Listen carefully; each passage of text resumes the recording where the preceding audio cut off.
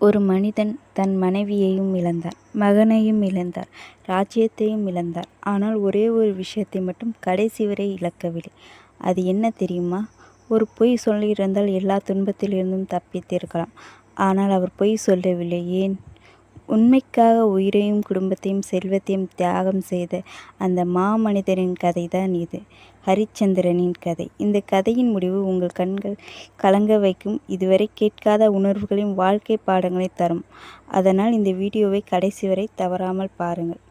அயோத்தியை ஆண்டே ஹரிச்சந்திரன் எந்த சூழ்நிலையிலும் பொய் பேச மாட்டார் என வாழ்ந்து வந்தார். ஒரு நாள் முனிவர் விஸ்வாமித்திரர் ஹரிச்சந்திரனின் சத்தியத்தை சோதிக்க முடிவு செய்தார். கனவில் தோன்றி தன் யாகத்திற்கு முழு ராஜ்யத்தையும் தானமார் கேட்டார்.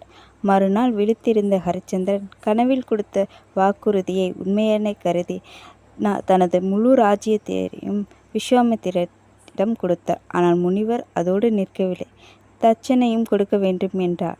பணம் இல்லாததால் ஹரிச்சந்திரர் தனது மனைவியையும் சந்திரமதியையும் மகன் லோகிதாசனையும் வேறு ஒருவருடன் வேலைக்காக அனுப்பினார். தானும் சுடுகாட்டில் வேலை செய்யும் காவலராக பணியாற்றினார்.